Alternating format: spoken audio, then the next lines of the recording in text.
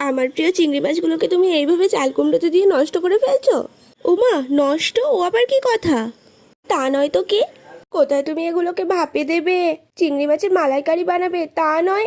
ওরে, মালাইকারি তো অনেক খেলি। আজকে দেখবি কেমন চাল কুমড়োর স্বাদই পাল্টে দিই। প্রথমেই গরম গরম তেলের মধ্যে ছেড়ে দিলাম একটি শুকনো লঙ্কা ও কিছুটা কালো জিরে। এবার চিংড়ি মাছগুলোকে তেলে দিয়ে ভালো করে ভেজে নেব। এগুলো লাল হয়ে গেলে ওপর থেকে দিয়ে দেবো কেটে রাখা চাল কুমড়োগুলো ও কিছু চেরা কাঁচা লঙ্কা ও নুন হলুদ দিয়ে ভালো করে নেড়ে চেড়ে ঢাকা দিয়ে দেবো। কিছুক্ষণ পর ঢাকনা তুলে নিয়ে দেখবো বেশ খানিকটা জল ছেড়েছে।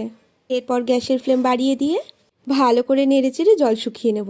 যখন দেখবো এগুলো সম্পূর্ণ মজে গেছে, ওপর থেকে ছড়িয়ে দিলাম কিছুটা আটা ও স্বাদের জন্য দিয়ে দিলাম 2-4 দানা চিনি। এরপর মা আমাকে কিছুটা বাটিতে তুলে দিল লবণ চেক করার জন্য। মুখে দিয়ে তো আমি আর দ্বিতীয়বার কিছু বলতেই পারলাম না। খেতে বসে শুধু বললাম, বাহ মা, তোমার জবাব নেই। আপনারাও একদিন ট্রাই করে দেখতে পারেন।